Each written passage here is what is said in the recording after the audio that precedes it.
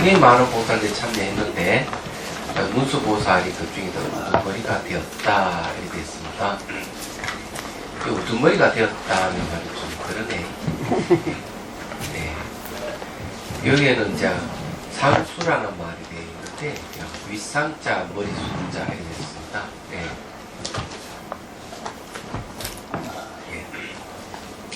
우두머리라고 이렇게 번역하는 그렇다 생각을 합니다.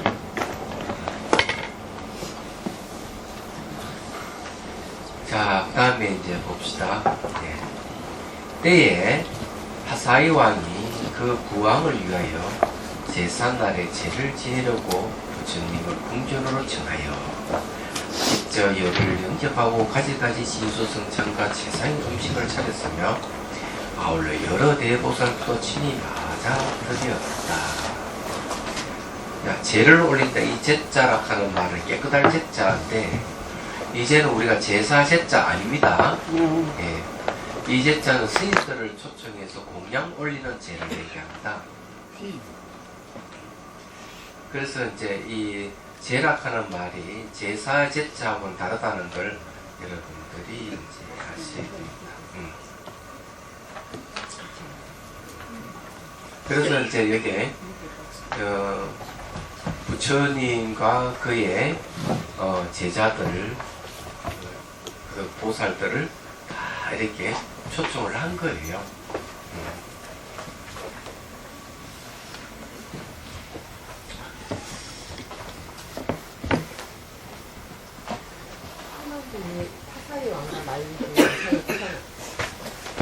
그거는 이제 승만경에 보면 승만 부인경이라는 경이 있어요. 승만 부인은 이 파사이 왕하고 말리 부인 사이 태어난 딸이에요. 얘기하자면. 그거 줄을 안 달아도 될 걸 그냥 달았어. 내가 보기에는 이해를 돕기 위해서 이 능경한 암각이 없는 건들거든.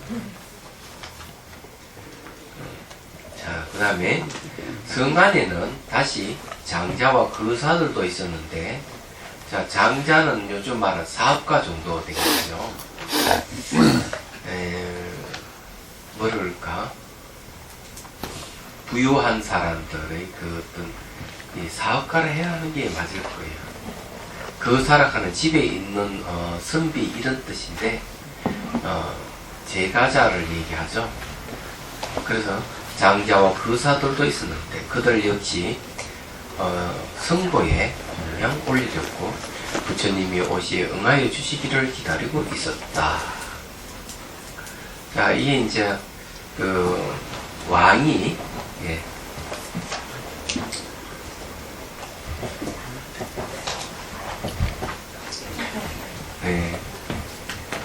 왕이 이제 부처님과 그 부처님 제자들을 이제 초청해서 공양 올리는데,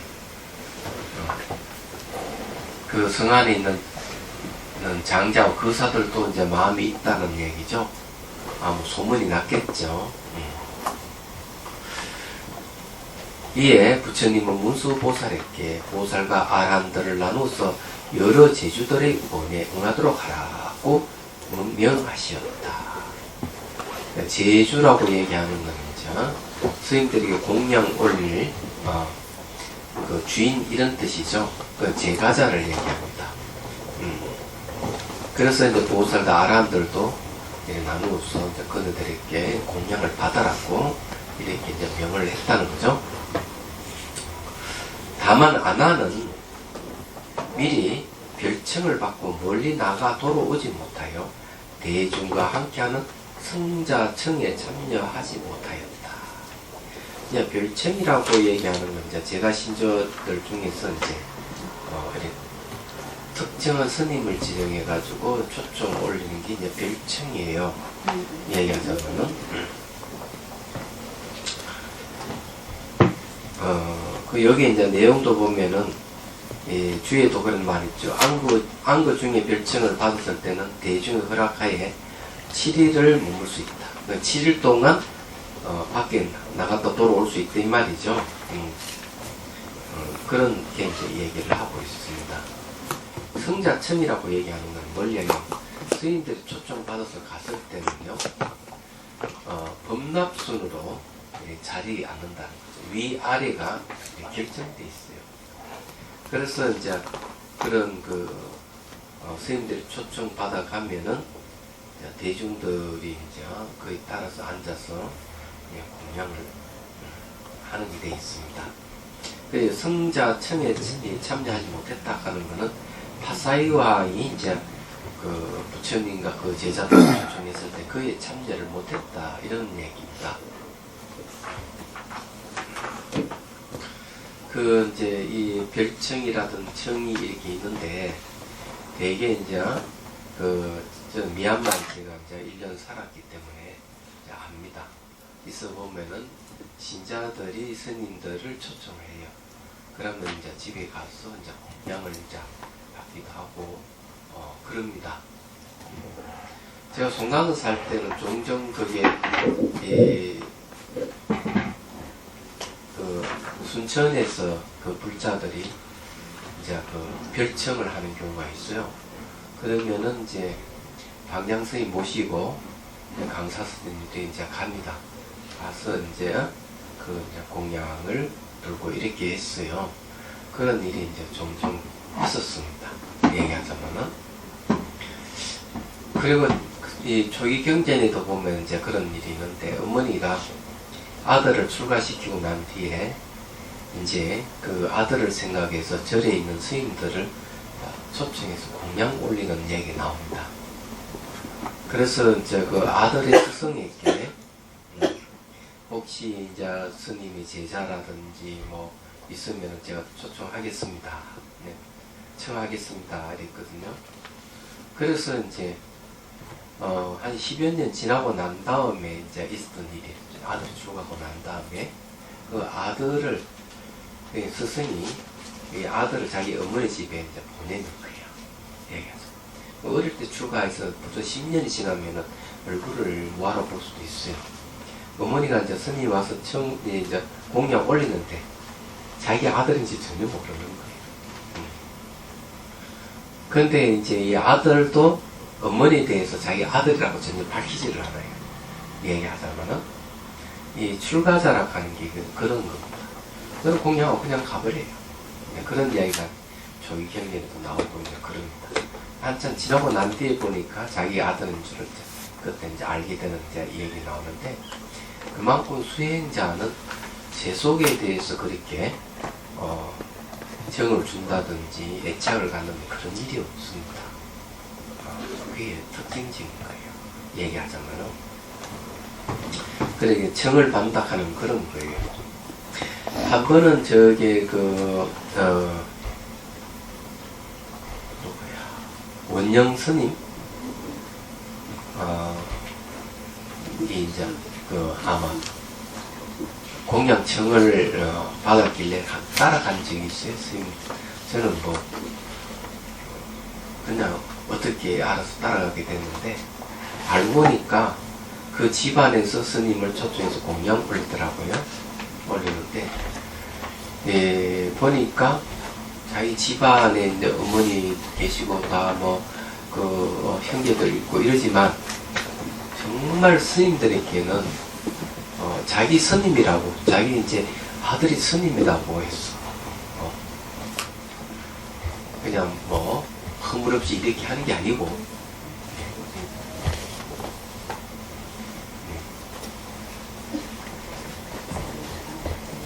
그러니까 정말 예법을 다해서 아들이 스님이지만은 정말 스님이 이렇게 하는 예를 다 올리더라고요.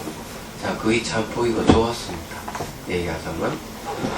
그리고 나중에 알고 보니까 그 스님의 식구들이 스님이 설이 왔다고 이제 별칭을 했던 것이죠. 여러분들도 뭐 그런 일이 있습니까? 혹시 스님들이 이렇게 한번 초청도 하고 그래요? 그런 일이 없죠. 할 줄도 몰랐고. 예, 잘 모르고 나중에 기회 되면은 진짜 여러 스님들이 있고 이러면 한번 해제하고 난 뒤에 여러분들이 한번 초청도 하고 공양도 올리고 법문도 또 그러세요. 그건 나쁜 일은 아니에요. 그러니까 별칭하는 어떤 특별한 사유가 없이도 그렇게 하는 겁니까? 자기 집안에 뭐 어떤 특별한 길이라든지 그런 어떤 그런 특별한 일이 여기서도 지금 보면은 바사의 왕이 자기의 아버지 그렇죠. 이제 이 기일제거든요. 그렇죠. 네, 그거 마찬가지로 그런 식으로 어떤 쉽게 말 건수를 만들어서 초청하세요. 괜찮은.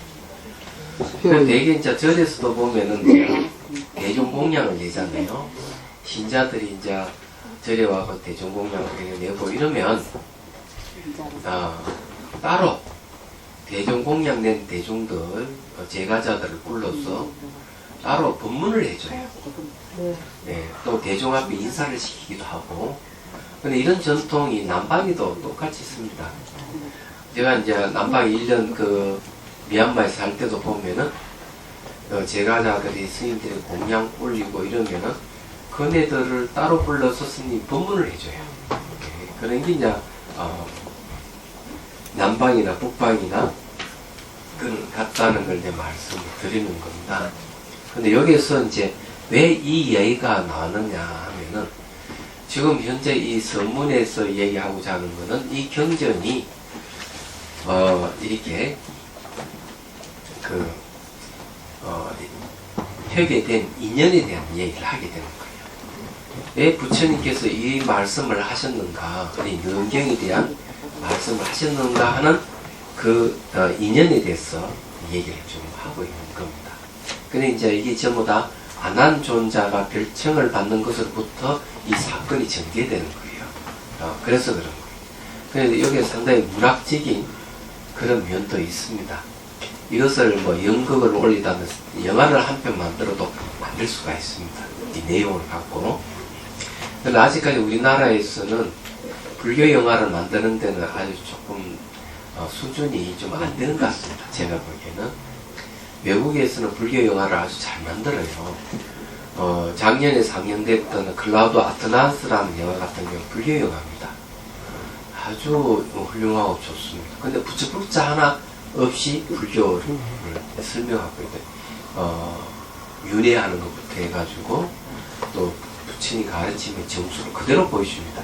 3시간짜리인데 엄청 재미있어요. 꼭 보시기를 바라고요.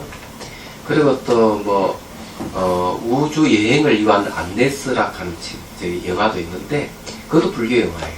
그것도 아주 내용이 참 재미있습니다. 우주 영화? 네, 네? 우주 여행을 위한 안네스 이런 건데 오래된 영화인데 그 중에서 아주 인상 깊은 내용 중에 하나가 이 지구가 이제 소멸해버리고 이 주인공이 살아남았어.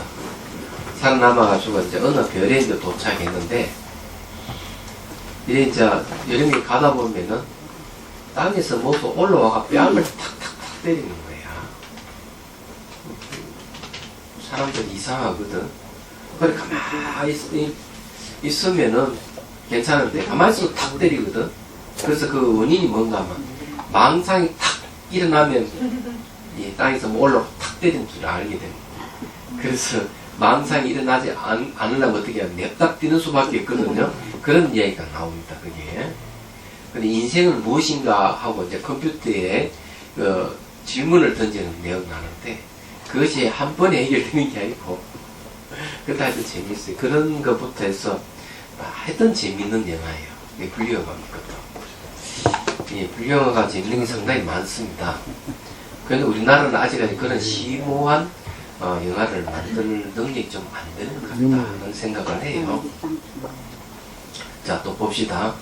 그때 아나는 상자와 아사리도 없이 혼자 들어와 공양이 없었으므로 곧바로 음양기를 들고. 자, 이 아나는 여기 이제 상자와 아사리는 스승을 얘기합니다. 그래서 이제 요 얘기를 하는데 여기에 보면은 33번 줄을 보면 들어왔어요. 상자와 아사리도 없다는 것은 잘못하여 음실에 빠지게 된 연유를 설명한 것이다. 율이 제정되기를 수행자가 멀리 나가게 되었을 때는 반드시 세 사람이 짝이 되어야 한다라고 했으니 하나는 상자에 하나는 계범사다. 계범사는 아사리를 얘기합니다. 이는 산문으로서의 수행을 엄정하게 하여 잘못되는 것을 미연히 방지하기 위함이다. 그랬어요. 예, 이제 그렇게 이제 여기 돼 있는데, 사실은 이게 조금 여기 좀 문제가 있는 얘기 같아요. 정말 율장이는 그런가 하는 생각이 들어요. 안한 정도면은 상자를 아사리도 없이 홀로 별칭을 받을 수 있지 않나 이렇게 생각을 합니다. 얘기하자면은 왜냐면 다만 삼위라든지 이렇게 이런 이들에게 뭐가 필요한가 하면은 의지사가 필요합니다. 의지사로 하는 이제 아사리 스승이거든요. 삼위이기 때문에 의지사에 의지해가지고 어디 멀리 가거나 이렇게 하지 혼자 다닐 수는 없어요. 주의에 대해서 조금 미흡하다는 생각이 듭니다. 그래서 이제 이 응양기는 이제 이 바로입니다. 바로를 들고 항상 유행하던 성으로 차제 글씨를 나갔던 것이다. 스님들이 이제 글식이 나간다는 게 중요한 이야기인데, 글식은 왜 하느냐, 이것도 여러분 알아야 돼요. 스님들은 경제활동을 할 수 없습니다. 경제활동을 할 수 없기 때문에 음식이라든지 의복이라든지 진구라든지 이런 건 전부 다 신도들에 의지해야 돼요. 신자들이 그 다 해결해 주게 돼 있습니다. 그래서 스님들이 그 경제활동을 하고 이러면은 이게 이제 안 되게 돼 있습니다. 얘기하자면은 우리 자비선사에 뭐 차도 팔고 책도 팔고 이런 거 제가 파는 게 아닙니다. 그거는 예, 그 분명히 이제 얘기합니다. 자비선사는 예, 자비선사는 그 경제 활동을 하시는 분들 제가자들이 합니다. 사찰 운영도 제가자들이 합니다. 제가 하는 게 아니에요.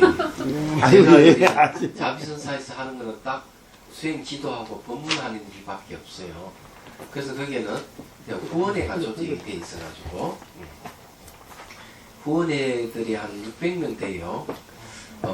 그분들이 이제 한 달에 뭐 5,000원, 10,000원, 20,000원 이렇게 내어서 사찰이 운영되는 거고, 그게 이제 나머지는 그게 제가자들이 거기에서 이제 서점을 운영해서 온 그 운영비를 충당하는 거죠. 철저하게 그 수행자들을 위해서 만드는 시스템이에요. 그럼 후원자들이 자기들이 수행자입니다. 그래서 자기가 후원해서 자기가 그 혜택을 입는 시스템이에요. 그래서 여러분들이 후원자가 되면 얼마든지 자비선사와 수행을 하고 또 먹고 자고 장기 수행도 가능하고 다 합니다. 얘기하자면은 시스템이 그렇게 돼 있어요. 그게 그렇기 때문에 따로 수련 회비를 받는 게 없어요. 후원자가 내는 그 수련 그것이 수련 회비와 마찬가지이기도 해요. 단지 이제 알아서 또 뭐 보시를 하기도 하고 하는데 그 불편함이 있으면 알아서 넣으면 돼요. 얘기하자면 그렇게 돼 시스템이 돼 있기 때문에 혹시 의심을 할까 싶었어. 미리 옷을 박는 겁니다. 아유, 박사만 하셔도 알죠. 네. 그래서 이 자비선사 스님들은 가난해요. 그런 줄 아셔야 됩니다. 그런데 이제 거기에는 전도도 하지 않고 기도도 없습니다. 기도는 본인이 와서 하면 되고요. 스님이 대신해 주진 않아요. 자, 또 봅시다. 이때 심중에 최후 단어를 구하여 제주를 사는 때 깨끗하고 더러운 찰질이나 전달화 등은 묻지 않고 평등하게 자비를 행하여 아무리 미천한 자라도 가리지 않겠다라고 생각하였으니 그 뜻은 일체 중생에게 무량한 공덕을 원만히 성취시키고자 한 것이다. 자, 찰젤이라 하는 것은 뭐 얘기하냐면 계급을 이야기합니다. 인도에는 어떤 계급이 있는가 하면 지금도 있습니다. 브라만 창조신이 입에서 태어난 자를 바라문 종족이라고 그러고 옆구리로 겨드랑이로 태어난 자를 찰젤이라고 그래요. 크사트리아라고 하기도 합니다. 그 다음에 이제 배에서 태어난 자를 갖다 바이샤라고 합니다. 이게 전달인지는 잘 모르겠어요. 예. 전달은 수트라, 여기 보니까, 예, 그 얘네요. 수트라를 얘기합니다. 원열 종족인데, 전달하는. 수타라는 이제, 천민계급인데, 수타를 아버지로 바람문을 음문을 하는 본열 종족을 전달하라 했군요. 그래, 어쨌든 제가 그렇게, 등을 묻지 않는다 했는데, 그래서 브라만, 크사트리아, 바이샤, 슈트라 이런 네 가지 종족이 저기 있고요. 종족이라고도 계급이 있고요. 그 다음에 이제 청소부, 그 다음에 백정이 있습니다. 청소와 백정은 이제 불가촉 천민이에요. 불가촉. 접촉할 수 없는 천민. 왜? 접촉하기만 하면은 더러워지니까 접촉할 수 없는 천민, 이런 뜻이 불가촉 천민이 있어요. 그리고 계급을 따지면은, 그렇게 해가 이 6종류의 계급을 따지면 3,000종이 넘습니다. 그래서 인도 사회는 철저히 계급 사회입니다. 인도가 여러분도 알다시피 평등한 사회가 아니라는 사실을 여러분 아셔야 돼요. 그래서 부처님께서 2500년 전에도 그랬는데, 그래서 부처님께서 출연하시가 다 평등을 얘기했거든요. 평등을 얘기함으로써 그냥 인도가 그냥 뒤집어져 버린 거예요. 얘기하자. 그때까지마다 계급이 있었고, 특히 여자들은 천대받고 있는 시절인데, 부처님께서 남녀 평등을 얘기했습니다. 2500년 전에 난리가 났죠. 그래서 이 부처님 제시시는 거의 전부 다 인도 전역이 불자가 되다시피 했지만은, 부처님 이제 입정하시고 난 뒤에 이제 바람문교와 힌두교로 바꾸면서 전력을 가다듬고, 다시 이제 그 세력을 편물해서 지금 이제 거의 대부분 힌두교와 이슬람으로 바뀌었죠. 얘기하자면 불교가 인도에 사라진 원인은 이슬람교 때문에 사라졌습니다. 그 원인 중에 하나가, 그러니까 7, 8세기 때부터 이제 이슬람이 쳐들어와가 인도를 장악하기 시작을 했는데, 그때는 성녀를 죽이고 사자를 불태우고, 이게 이슬람에서 한 짓이에요. 얘기합니다. 그러면서 이제 13세기 무렵에 불교가 사라지는데, 그때는 전부 불교를 어디로 가 티벳으로 다 가버립니다. 얘기하죠. 다시 이제 그 인도 불교가 티벳 갔다가 다시 돌아왔습니다. 달라라마 스님에 의해 가지고. 그리고 지금 보면 네팔이 지금 막 바뀌기 시작합니다. 네팔이 거의 한 70%가 힌두교인데 70% 되죠. 불교는 20%밖에 안 돼요. 그런데도 불구하고 네팔이 국민들은 종교를 국가의 종교는 불교로 해야 된다 하는 생각을 갖기 시작했답니다. 지금. 그리고 이제 많은 불자들이 사회 활동을 하면서 이제 이 네팔 사회가 바뀌기 시작하고 있고, 그 다음에 인도도 지금 막 바뀌기 시작하면서 인도인들 중에서 불자들이 막 생기나기 시작을 하고 있습니다. 지금 그런 사항이에요. 자, 어쨌든요, 여기에서는 이제 아난 존자 심중에서는 뭘 이야기하는가 하면, 계급을 막론하고 미천한 자든 누구든지 자기 가리지 않고 자기가 탁발을 한다는 얘기입니다. 그렇게 이제 그 글식을 하는 이유는 일제중쟁이 무량한 공도를 음망에 성취시키고자 한다. 여기에는 재미있는 게 있어요.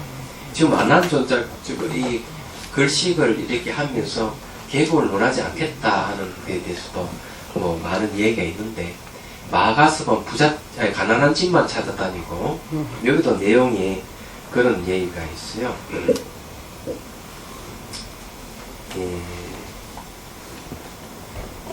수보리 보자. 수보리는 가난한 자를 피해 부잣집을 차입하네요. 수보리 존자는 부잣집만 골라 탁발하고요. 마가스는 가난한 집만 차입하면서 글식을 하는데, 아난 존자는 그런 걸 안 가렸다, 이런 얘기입니다. 예, 부자들은 인식하기 때문에 복을 지주기 위해서 마가습이 그렇게 했고, 가난한 자에게도 역시 복을 지주기 위해서 수보리 존자 가난한 집만 차에 따라서 글식을 하게 되는 거죠. 유명한 일화가 있어요. 예, 이 글쓰기에 대한 거 이것도 여러분들이 알 필요가 있을 거라 생각합니다.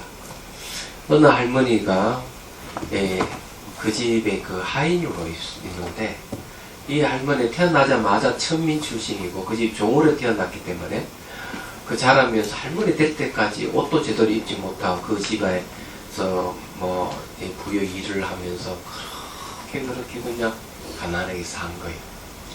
그래가지고는 나이가 들어 눈물을 흘리면 인생이 한탄하는 거죠.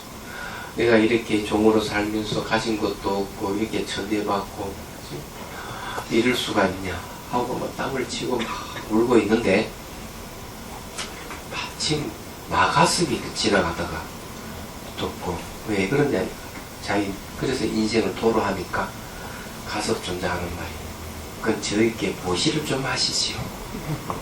예.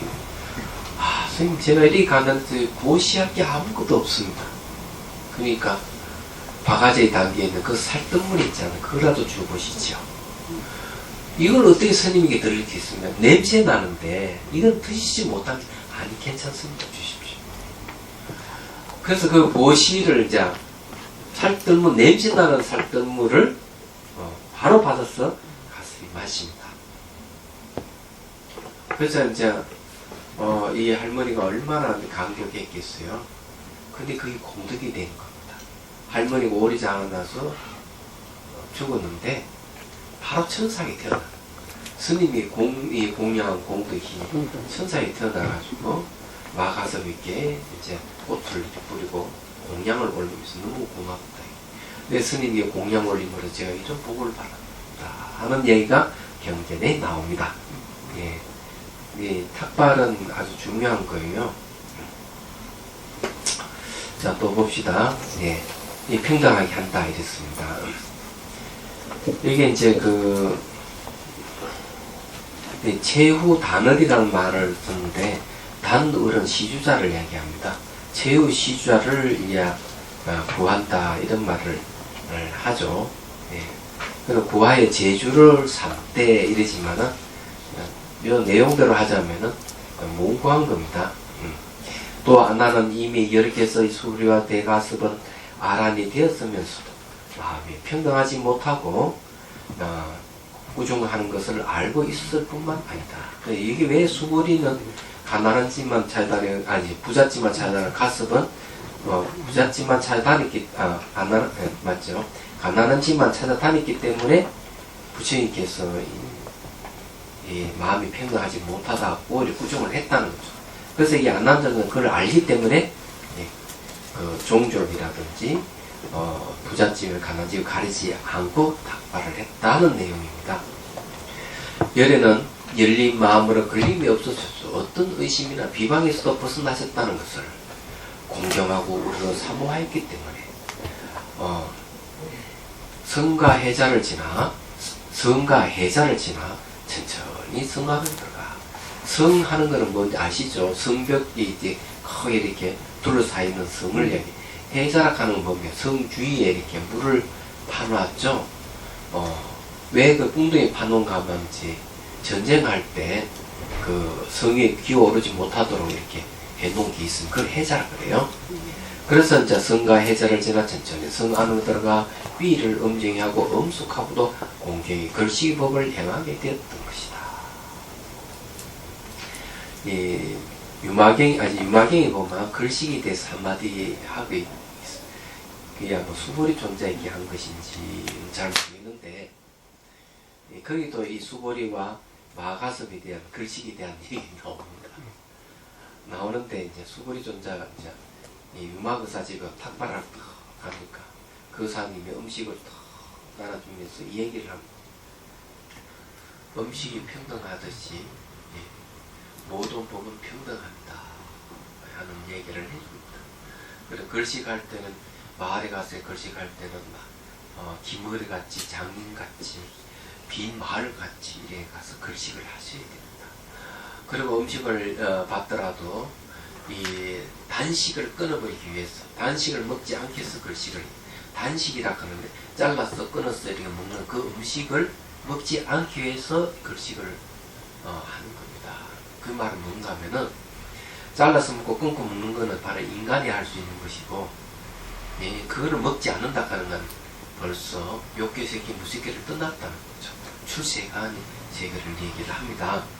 그래서 이제 이 출가자가 음식을 먹는 것은 자기 몸을 보호해가 열심히 수행해서 이 생사에서 벗어나기 위해서 걸식하는 것이지 다른 뜻이 있는 것이 아닙니다 하고 이렇게 수부리 존자에게 하는 얘기가 나옵니다.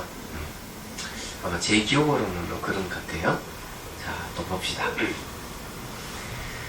이제 그때 아난이 걸식하던 차제라고 하는 차례대로 걸식했다 이거죠. 가난하시든 부잣집 관계없이 걸식할 때 음실을 지나다가, 자, 음실은 잘 아시죠? 요즘 말하자면은 서울에도 그런 게 있습니까? 미아리 고개. 미아리 고기. 그래 보면 이제 중국에는 매음을 하는 여자들이 600만 명이나 된다. 요번에 신문에 크게 나왔대. 그래서 중국 공항에서 그것을 단속을 하는데 한 몇천 명을 경찰을 동원해 단속을 해도 안 된다. 600만 몸을 팔아서 생활하는 자들이. 그것도 하나의 생계 수단인 것 같아요. 그러니까 이때도 2500년이 또 있는가 봐. 근데 음실이라고 하는 게 뭔가 하면 여자들의 몸을 파는 집을 얘기합니다. 그 지나다가 환수를 잘하는 마등가족의 여인을 만났다. 그녀는 사비가라 선 범천의 주문을 아난을 그 음속으로 이끌어. 음속이라고 하는 것은 잘 알다시피 음실에 있는 그 자석 같은 그런 거 있죠. 자리로 있죠. 이끌어서 음란한 몸으로 만지고 비비면서 장자 아난의 개체를 무너뜨리려 하였다. 자, 여기에 이제 그 음욕에 대한 얘기를 제가 안 할 수가 없는데요. 개체라고 얘기하는 것도 이제 얘기하면은 개를 하게 되면은 개체가 형성됩니다. 그래서 살생하지 마라, 도둑질하지 마라, 삿된 음행하지 마라, 그런 거짓말 하지 마라, 술 마시지 마라. 이게 이제 힌도 5개죠. 그럼 출가자들은 계율이 비구는 240개는 되고 비구는 348개가 됩니다. 꽤 많죠. 그렇게 이제 계율이 많아요. 근데 그런 게 이제 되게 기본 계율은 그렇게 많지는 않지만 왜 그런 계율이 많으냐면 공동체 생활하면 여러 가지 일들이 많기 때문에 예를 하나 쉽게 말해가 이상한 일이 하나 벌어질 때마다 계를 제정했어요. 부처님께서. 그런 수범작제를 그래요. 범할 때마다 계를 제정한다. 미를 계를 제정하는 게 아니에요. 부처님께서. 그래서 이제 비구보다 비구니들이 훨씬 문제가 더 많이 일어났기 때문에 계율 수가 많을 뿐이에요. 왜 그런 게 많았냐면은 남자 여자의 어떤 심리적인 차이하고 관련이 있습니다. 그러니까 이런 걸 가지고 계율 수가 많아서 성차별이다 이렇게 하면 곤란해요. 그런 사회학자들이 있는데 그 사람들이 아직까지 불교를 잘 모르고 계율을 모르기 때문에 함부로 그렇게 하는 것이고 그런 걸 여러분 아셔야 돼요. 어쨌든 우리가 뭘 들으면 어때요? 이제 요번에 3월 말에 보살기수계서 한다 하는 걸 기억하셔야 됩니다. 계를 받는 건 매우 중요한 거예요. 자제력을 키우고 의지력을 키우는 것이기 때문에 그것이 여러분들에게는 엄청난 도움이 되는 겁니다. 도덕성을 갖춘다는 얘기인데, 그래 개살림할 때 살생하지 마라, 도둑질하지 마라, 개를 일러주면서 개를 지키겠습니까? 말겠습니까? 지키겠습니다. 이렇게 하잖아요. 그럴 때는 개체가 형성돼요. 그럼 개체가 형성된다는 말은 무슨 말인가 하면은 무슨 우리는 이야기 들으면 그것이 강력한 것은 어때요? 마음이 저장이 됩니다. 기억하잖아요. 10년 전에 있었던 일이나 20년에 기억을 하듯이 우리가 이제 이렇게 기율 강의를 듣고 법문을 듣고 또 의식을 통해서 개를 받게 되면은 우리는 그것을 마음이 기억이 되는 거예요. 정보가 저장되면서 그것이 개체를 형성합니다. 체라고 하는 것은 뭡니까? 몸을 이야기해요. 계율이라고 하는 몸이 형성된다는 거죠. 얘기하자면은. 근데 이 안한 존자는 왜 이렇게 사비락 이 범천주라고 하는 이 주문에 홀려가지고 거기에 보면 음식이 들어가가지고 주는 이 개체가 훼손될 지경에 이르게 된 거죠. 왜 이렇게 됐을까 하는 겁니다. 안하는 말이죠. 아란이 아닙니다. 얘기하자면 안하는요 어느 정도 경지인가 하면은 이 수다원가 정도밖에 제대로 못했어요. 여기에는 이 안한 존재 아란으로 이 아란인데 일부러 보여주기 위해서 그랬다 이러지만은 그거보다는 아란은 아직 안 됐어요. 아란이 되면 그렇게 휩쓸릴 이유가 없죠. 성자의 반절이 이제 겨우 들어갔습니다. 들어갔는데 이 음욕이라고 하는 것이 밑에 있습니다. 탐, 치 이래 있다면요. 그러면은 여기 음욕은요 탐욕에 속합니다. 음욕. 이 탐진치라고 하는 게 굉장히 둔한 마음이라서 잘 제거가 되지 않아요. 그러기 굉장히 잠재적 성향을 갖고 있습니다. 탐욕과 성능과 의스금이 잠재적 성향을 갖고 있기 때문에 이것이 마치 뭐와 같은가 하면은 뱀이 안방에 이게 또아리 틀고 있는 거 마찬가지입니다. 우리 마음에 있는 딱 저장이 되어 있는 거예요. 근데 이게 저장이 되어 있다가 언제든지 이게 탐진치가 언제든지 올라오는 거죠. 이야기하잖아요. 그래서 이 잠재적 성향을 갖고 있기 때문에 성인의 경지에 가서도 이게 완전 제거가 안 됩니다. 탐진치가. 성인의 경지에 가 있을 때는 이제 이런 놈이 나타나진 않지만 잠복되어 있는 것이죠. 그래서 언제든지 경계에 마주치면은 이게 음력이 올라오고 성님이 올라오고 어리석임이 튀어나올 수가 있는 거예요. 이게 오둔사 중에 하나예요. 탐진치만 이까지 오둔사를 그래요. 5가지 둔한 번뇌다 이런 거죠. 살아가는 거예요. 이제 무슨 사자 쓰는가 불의사자 써가지고 탐욕과 성냄과 어리석음과 교만과 의심이 우리 마음을 막 하이 부린다 안에서 불의사자를 씁니다. 얘기하잖아. 근데 이게 잠복되어 있기 때문에 외부 영향을 탁 주면은 이게 홀릴 수가 있는 거예요. 그게 안한 존재가 홀리는 거죠. 근데 이제 벌써 수다원가를 정도 정독했으니까 자제력은 있다고 생각해요. 자제력도 있지만은 어쨌든 사비와 범천주라 하는 이 주술에 탁 걸려가지고 정신을 못 차려요. 이게 여기서부터 이 능경이 이제 시작되는 겁니다. 시작되는데 이게 이제 상당히 문학적이죠. 재밌죠. 그래 마등간에 대한 이야기를 좀 더 해보죠. 여기는 좀 안 나와 있지만은 마등가녀라 하는 경이 있습니다. 마등가녀경. 거기는 어떻게 나오는가 하면 이렇게 나와 있어요. 안남존자가 탁발하러 갔는데 돌아오는 길에 몹시 목이 말라서 우물가에 물을 청했습니다. 물을 청한 그것도 공양이죠. 마등가녀가 마치 물을 공양 올렸어요. 근데 마등가녀는 안남존자를 보고 반해버렸습니다. 한마디로 뿅 가버린 거죠. 이 문제가 된 겁니다. 그때부터 이제 안남존자 탁발하러 오면은 따라다니는 거예요. 마등은 계속 따라다. 그러니까 마을에 소문이 다 났죠. 이제 이 소문이 어디까지 나는가 하면 기원정사까지 소문이 났어요. 이제 어느 날 이제 마등가녀가 기원정사까지 따라갑니다. 부처님께서 아셨어. 그 사실을. 그래가지고 마등가녀를 보고 오라고 불러. 오니까 딱 물어요. 너가 어디가 이 안남조 어디가 좋아서 이 따라다니느냐?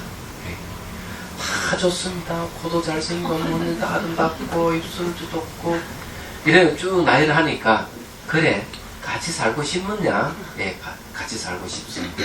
그러면은 너는 아직 20세가 안 됐기 때문에 20세가 안 됐다. 이건 성인이 아니기 때문에 너는 부모의 허락을 맡아오라. 부모한테 허락을 맡으러 가니 부모들이 벌쩍 뛰면 안 돼. 그 출가 사모님이 너 같이 살 수 없다고. 이렇게 해도 벌써 상사병이 걸린 딸아이에게는 뭐 그게 보입니까? 그래 어쩔 수 없이 부모가 허락해 주니까 자 다시 허락 받고 왔습니다 하니까 얘 머리 깎여라 하고 그만 출가시키버린대. 그리고는 안차 놔놓고 법문을 하는데 그 법문 내용이 아주 간단한 거예요. 그래 안한존자 눈이 이쁘다고 눈에 눈깜짝 끼어서 더럽지 않느냐, 코가 잘생겼다고, 여기 콧깍지 손 넣어가 푸비면 콧짝지 나고 얼마나 더러우냐, 입에는 침이 있고 뭐가 있고, 이 인체에 더러운 것을 처음부터 끝까지 쭉 나열합니다. 부처님께서. 이게 부정단이죠. 그런데 이 처녀가 그 소리를 듣고 깨달으면 어떠냐, 이 수다원, 사담, 아남, 아란이잖아요. 수다원, 사담, 아남까지 가버립니다. 예, 아란까지 못 가더라고요. 법문 듣고 바로 깨달아버렸어요. 그러니까 부처님께서 이제 이 얘기를 합니다. 이 마등간년 전생에 안한존자와 부부였기 때문에 마등간녀가 안한존자를 바로 그냥 알아보고 전생은 기억 못하지만 벌써 이렇게 느낌을 알잖아요. 그렇게 반응을 돌아다닌 것이다. 그렇지만은 부처님 법에 인연이 있기 때문에 이렇게 깨달음을 얻었다는 걸 얘기를 해줍니다. 뭔 말이 이해가 되시죠? 근데 여기서는 좀 다르게 얘기를 하고 있죠. 네. 자, 그 다음 봅시다. 여러께서 안나니 마등간이 음술에, 음술에 붙들은 줄을 아시고, 이때는 벌써 부처님께서 다 공략을 막 하고 있다가 탁 멈추고 안 거야. 아이고, 내 제자가 이거 좀 큰일 났구나. 벌써 이게 좀 걸리고 있구나 하는 거 안 거예요. 거리가 상당히 멀 텐데, 그죠? 관계없지 말지. 공양을 마치자 바로 정사로 돌아오시니 왕가 대신 그리고 장기하고 그 사도도 부처님을 따라 함께 와서 법요를 듣게 되었다. 부처님께서 공양을 마치고 바로 그 절에 오시니까 전부 다 따라온 거죠. 따라와가지고 앉아서 부처님 법을 듣게 됩니다. 자, 여기에서 이제 그 들은 이야기인데 대만에 어느 큰 스님이 한 분 계셨는데, 스님이 이제 강의를 막 칠판해주고 강의를 하시다가 탁 멈추더니만 스님을 불러가지고 너 얼른 저기 병원에 어느 병원 빨리 가거라 이렇게 얘기를 하더래요. 그래서 한 5분 지나자 전화 연락이 와가지고 스님이 교통사고 났습니다. 근데 그 노스님의 상자가 교통사고 난 거예요. 얘기하잖아. 근데 이게 제자는 이제 그 삼보 일배 해가지고 대만에 이렇게 지금 이렇게 국토를 순례를 하고 있는데 스승이 이 얘기를 했어요. 너 3배 일배 하는 건 참 좋지만은 아직 시기가 아니니까 좀 기다렸다 하지. 이러니까 제 결심에 변함이 없습니다 하고 한 거예요. 근데 늘 스승은 강의를 하고 이러다가 그 제자를 늘 지켜보고 있는 거죠. 뭐가 있나? 천안이 열려 있는 거예요. 천안이 열려 있기 때문에 늘 보는 겁니다. 그러다 어느 날 강의하다가 자기 상자가 교통사고 나니까 바로 다른 스님을 부여가지고 병원에 빨리 가보라. 그거예요. 얘기하죠. 그러니까 실제로 이게 가능하다 하는 얘기입니다. 부처님 말이 그런 건 아니고, 물론 부처님은 훨씬 고단수의 고수 중에 고수죠. 그래. 예, 뭐만 이해가 되시죠? 예. 예, 그래 이거는 하나의 신통에 들어가는 겁니다. 근데 이제 기원전사에 딱 부처님 돌아오셔가지고 자정을 딱 하는 거죠. 자, 37페이지 넘어갑니다. 자, 지금은 다 재밌어요. 재밌는데 제가 한번 볼 겁니다. 얼만큼 여러분들이 의지력이 강한지, 그걸 실험할 겁니다. 보통 이 강의를, 능경 강의는 3년 걸린다고 보통 이야기하는데, 저는 더 단축을 시킬 생각을 하고 있거든요. 그렇지만은 이 경전이 단순한 게 아닌 대선 경전 중에, 경전중인 경전이기 때문에 여러분들이 인내력이 필요한 거예요. 의지력이 필요한 거예요. 뭔 말인지 이해하시죠? 그래서 인내심이 얼마나 강한지 제 지게 보겠다. 끝까지 가는 네? 110일 정도 했는데 했는데 뭐 110일 정도는 네. 이 몸에 있는 하나는 다니라. 그래요. 자, 그때 세종께서는 정수리부터 백포무의 강명을 놓으시니 강명 가운데 천개의 연꽃이 피어나고 꽃잎마다 그 소의 부처님 화신이 들어가고자 하고 앉으시어 신비한 주문을 설하시었다. 자, 정수리에 뭐가 있냐? 빛이 쫙 비치는 거기에 천개의 연꽃이 피어난 거야. 강명 가운데서 연꽃이 쫙 피어나는데 그 꽃잎마다 부처님이 자장을 자리에 앉아 계시는 거야. 그러고는 결과보자 하면 이 화심 내에서 뭐가 입에서 이제 주문을 외우는 거죠. 이 능음주입니다. 예, 능음주 외우는 거죠. 거기에 이제 그 44번 주에 보면은 백보 무의 강명이래. 백보라 한 100가지 보배입니다. 그죠? 100가지 보배에 걸림이 없는 강명 이런 겁니다. 정수리는 무상과를 삼는데 강명에 100가지 보배로운 색이 있어 이를 일러 무예라고 한다 이래 되고요. 이는 능히 마구니 외도들을 두렵게 하며 또 밖의 경계가 이길 수 없기 때문이다. 세종의 스스로 주문을 설하시지 않으시고 정수의 강명 속에서 나온 화신들에게 설하게 한 것은 이 주문이 바로 무의의 신불이며 또한 위없는 신법임을 보이기 위함이다. 개화의 스님이 이렇게 주소를 하셨는데 좀 다르게 얘기할게요.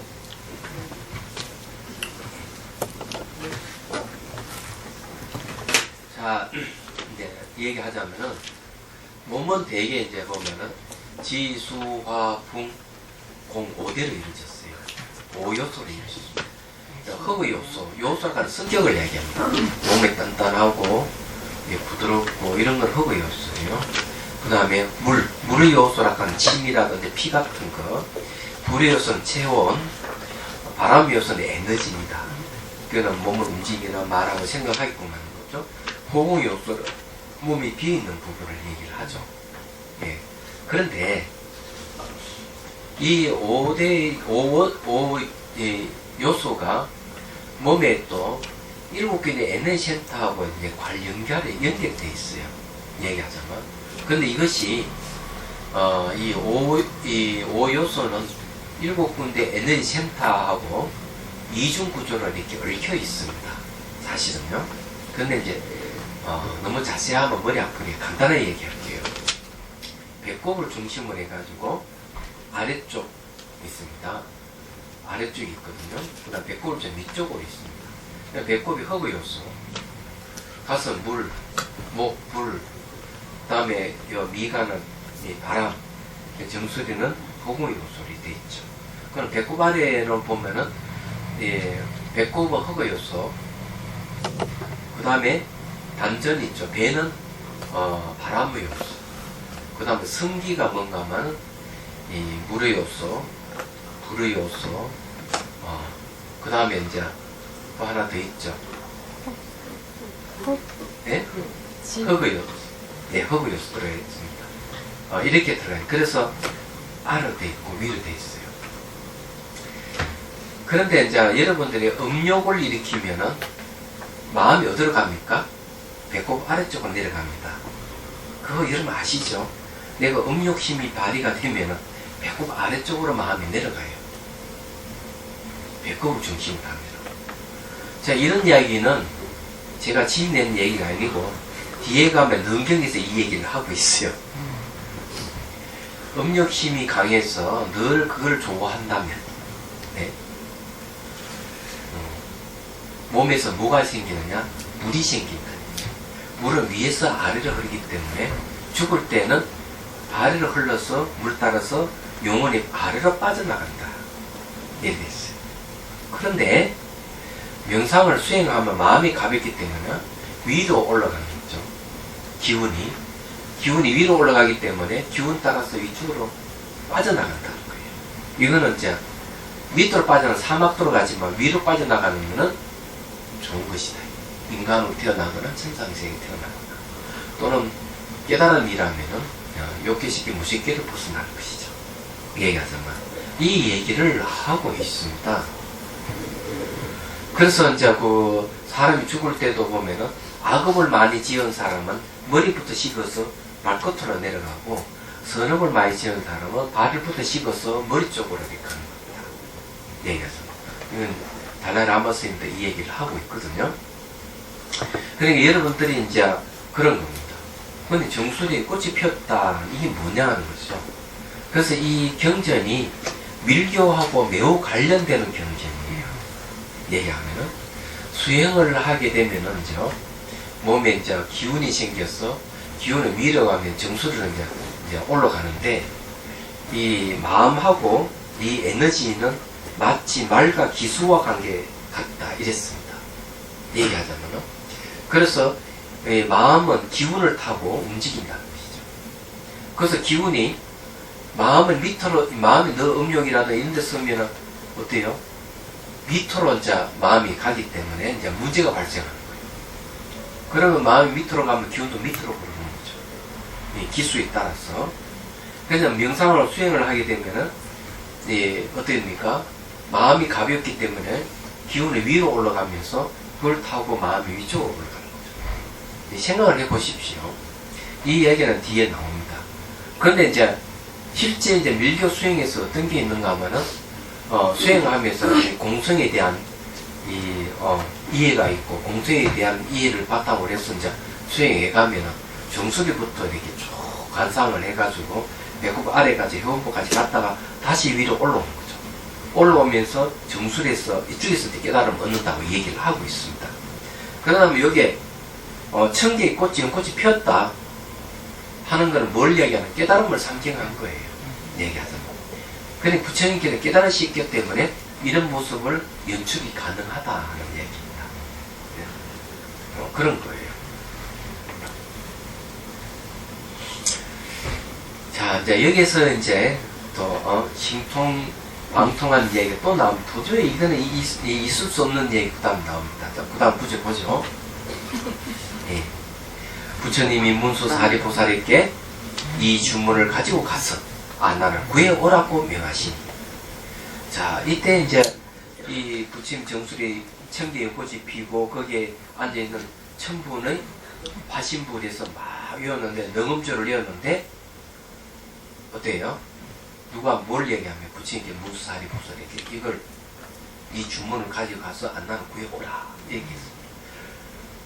그러니까 문수보살은 그 주문을 한번 듣고 다 외웠다는 얘기입니다. 다른 얘기 아니에요. 다 외웠다는 얘기죠. 그래서 가서 니 구해오느라 이런 뒤에 가면 능엄주에 대한 얘기가 나옵니다. 능엄주가 대단한 거예요. 이게 주문이. 그래서 안나를 구해오라고 명하시니 자, 문수사리보살은 지혜의 보살이에요. 이리하여 악주가 소멸하고 문수보살은 안난과 마등가면을 데리고 부처님 앞으로 돌아온다. 분명을 탁 잡아서 데려온 거예요. 바로 그때 공간 이동을 했겠죠. 공간 이동해가지고 그 음실에 들어가서 능음주를 외우니까 사비가라 범천주가 소멸해버려요. 그러니까 안난주가 깨어난 거예요. 정신이 팍 든 거죠. 얘기하자면. 그래가지고 둘을 탁 잡아가지고 문수보살이 부처님 앞에 탁 데려온 겁니다. 근데 여기서부터 이제 우리 이제 마음의 본성에 대한 이야기를 이제 들어가기 시작합니다. 이 음욕시인이 일어나고 이러면은 마음의 본성과 거리가 멀어지는 거예요. 사실은요. 그런데 이걸 기화해가지고 마음 찾는 이제 칠처징심에 앞으로 이제 벌어질 거예요. 이제 7군데에서 마음 찾는 이야기가 나옵니다. 자, 일단 이 아난의 반성부터 이제 들어봐야 되겠죠. 이 아난의 무슨 변명을 들어봐야 될 거 아니에요. 예. 아난이 부처님을 배웠고 이 말을 부처님 발에 대어 살피고면서 무시로 한결같이 담문만 했지, 많이 듣기만 했지 도력을 온전히 하지 못하였습니다 라고 한탄해. 이 도력이 있었으면 내가 끌려가지 않았을 텐데 제가 늘 듣기만 하고 도력이 없어서 제가 이렇게 끌려가서 이렇게 고초를 당했습니다. 지금 이런 이야기거든요. 자, 여기에 이제 중요한 건 뭐냐면 안한 존재는 수다우가 정도의 경기밖에 안 갔다 하는 걸 여러분 아셔야 돼요.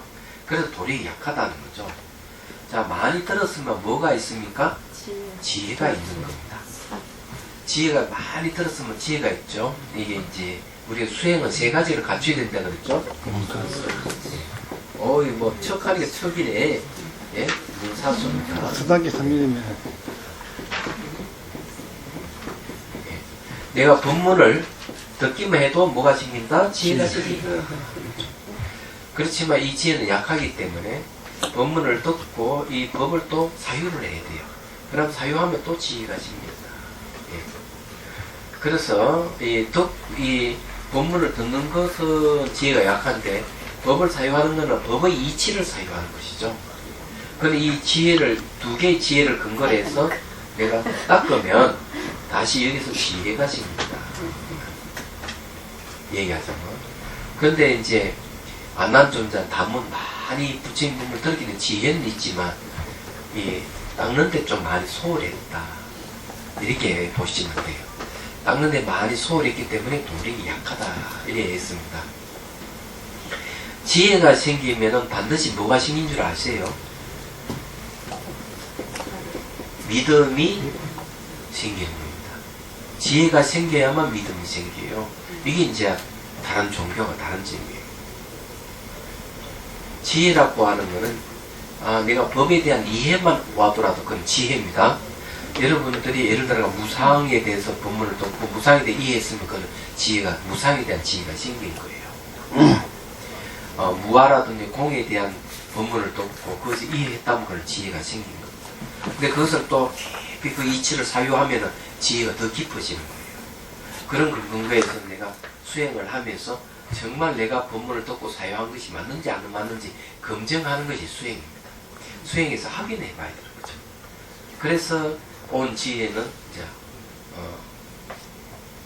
아주 깊어진 지혜죠. 예. 믿음이라 하는 게 믿음도 세 종류가 있어요. 네, 단계가 있다. 처음에는 법문을 또 교화를 받으면요, 교화받는 믿음이 생깁니다. 교화를 받고 그렇구나 하고 믿음이 생기고, 그 다음에 이제 그런 교화를 받고 난 뒤에 하나를 더 알려는 마음이 막 생기죠. 그 열정이 생기는 거예요. 세 번째는 그 열정에 의해서 막 더더 공부를 하다 보니까 확신이 오는 거죠. 확신이 온 믿음이 바로 깨달음에 인도하는 믿음입니다. 근데 그걸 뭘 바탕으로 하는가 하면 내가 늘 법문을 듣고 사유한 지혜를 근거를 하고 있다. 여러분 늘 법문 들으면 이 지혜가 사여가는 거죠. 지혜 사여가는 거는 이제 그 자량이라고 합니다. 자량, 힘량이라고 해요. 그래서 복과 지혜라는 두 가지 자량을 쌓아야 된다 했습니다. 여러분 늘 법문만 듣지 잘 도와줍니까? 안 도와주죠? 복력이 약하면 안 돼. 복도 쌓아야 되고요, 지혜도 많이 쌓아야 돼요. 복과 지혜가 이렇게 다 이 식량이 많이 모일 때 여러분들이 먼 길을, 수행이 먼 길을 갈 수 있고 깨달음을 얻을 수가 있어요. 자, 봅시다. 안한 존재의 반성을 들어봤습니다. 그리고 시방의 열애께서 보리를 이루셨던, 보리는 깨달음이죠. 깨달음을 이루셨던 사마타와 삼마, 선나의 최초 방편에 대해서 간절하게 여쭙고 청가였다. 자, 이제 안난존자 자기가 이제 도력이 약한 걸 절감하고 반성을 했죠. 그러고는 이제 다시 수행할 마음을 수행할 마음 내면서 사마타가 뭐고 삼마가 뭐고 선나가 무엇입니까? 최초의 방편에 대해서 이제 간절하게 또 여쭈고 청하게 된 거죠. 여기 이제 수행이 이제 시작이 되는 겁니다. 사마타는 한 대상에 집중하는 것이니까 잘 알죠. 근데 선나락하는 게, 이제 삼마락하는 게 이제 무엇인지를 여러분 잘 모를 것 같네요. 49주에 보면요, 이 삼마를 일어날 때, 너음에서는 삼매에 대해서 삼마제와 삼마지 또는 삼매발제 등으로 표현하고 있는데 이를 번역하면은 적정 또는 등지 뜻으로 대비심이 충만한 선정의 상태이다. 능음에서는 수도분에 여기에 해당됩니다. 능경의 내용으로 볼 때 삼마제와 삼마지가 모두 수도분에 해당되나 보통 삼마제는 수삼매제라 표현하고 삼마지는 입삼마지라고 표현합니다. 자, 여기에 이제 좋습니다. 좋다 하는 건 뭔가 하면 삼마지를 닦는다 하는 거는 요거 뭔가 하면 선정을 닦는다 이런 말이고요. 예, 입삼마지라 하는 거는 삼매에 들어간다 이런 얘기예요.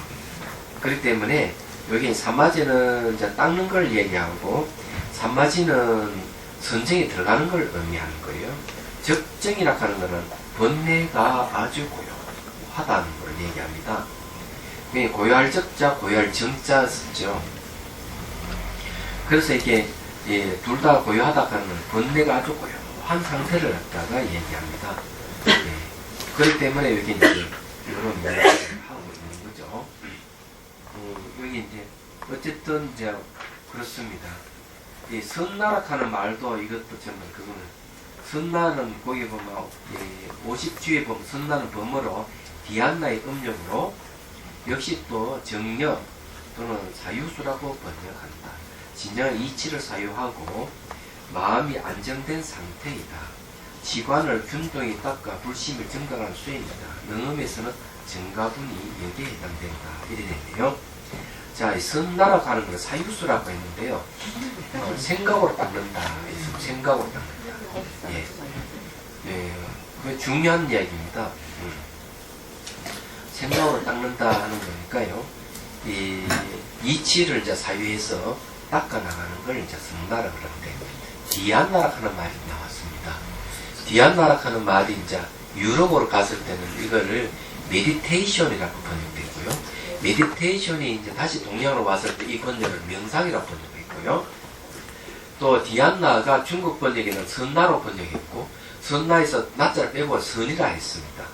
그래서 우리는 뭐 가나선이, 조사선이, 선이란 말과 명상이라는 말은 같은 디안나라 어원을 하고 있습니다. 그런데 이제 그 어원은 같은데도 불구하고 선 다르고 명상이 다르다고 구분 많이 하죠.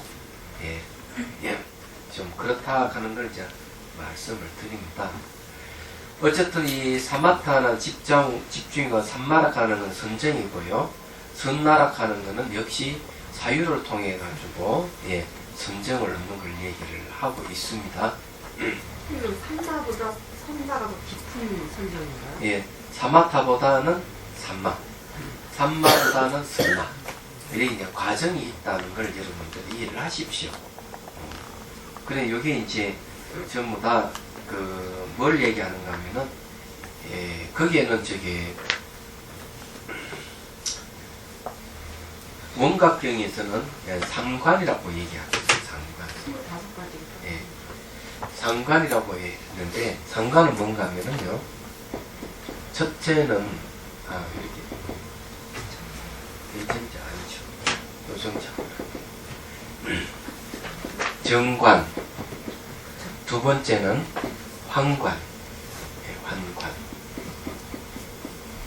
세 번째는, 적관. 이렇게 이제 보거든요. 적관인데, 이 정관은 사마타관이고요. 한관은 사마발제를 그러고, 이 적관은 이제 선나라고 이렇게 합니다. 여기 어디에 나오는가 하면은 원각경에서 이렇게 합니다. 근데 전부 다 보면은 선정과 관련되어 있는 거죠, 선정. 네. 이 선정과 관련되어 있습니다. 근데 정관은 뭔가 하면은 선정을 얻는 거라면은 황관은 선정이 들어가는 거라고 이렇게 봐야 되고, 적관은 이제 그 선정 속에서 좀 번뇌가 소멸해버린 걸 이렇게 얘기할 수도 있습니다. 다 선정에 대한 이야기예요. 근데 이파사나를 왜 얘기하지 않을까? 이파사나가 있습니다. 대성불교는 선정을 매우 중요시해요. 선정과 지혜를 같이 이제 보는 경우가 많고요.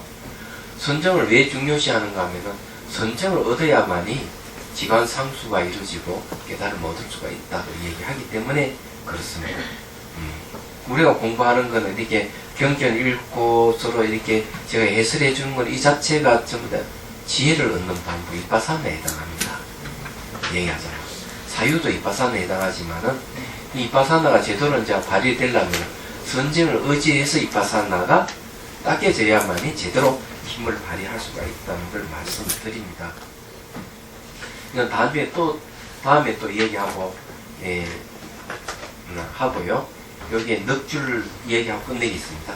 그때 다시 항아의 머리수와 같이 많은 보살과 시방에 대해 아라한가 벽지불 등도 함께 부처님 법문을 들으려고 자리를 정하고 물러나 앉아 묵묵히 성인의 뜻을 기다리고 있었다.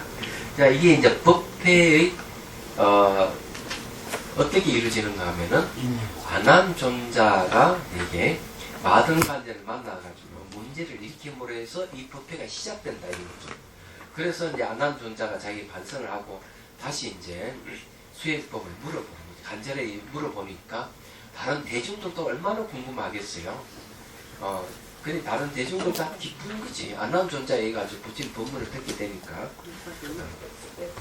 그렇죠? 예.